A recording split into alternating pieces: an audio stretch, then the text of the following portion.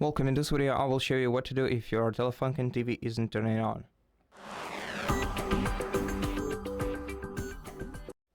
So in such case, try replacing the batteries in your remote control. Remove the back cover of your remote control and replace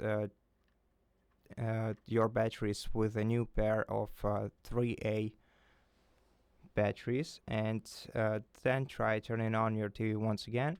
And if it's not helping you, then try to perform a cold restart of your TV simply by unplugging it from the power cord for about a minute.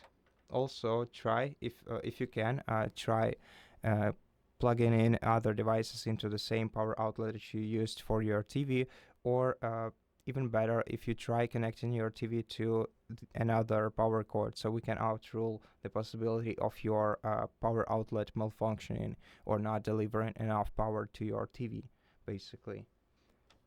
Okay, so after that, plug in the power cord back into your TV, and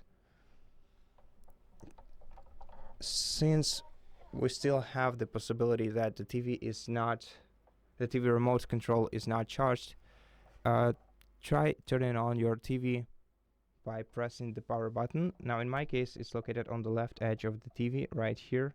If you just short press it, it will launch the TV.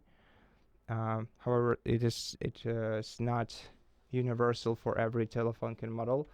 Some power buttons may be located underneath your LED indicator. Others might be located beneath your TELEFUNKEN logo, or you can also check the right edge. Rarely it would be located at the back of your TV, but you should also check there.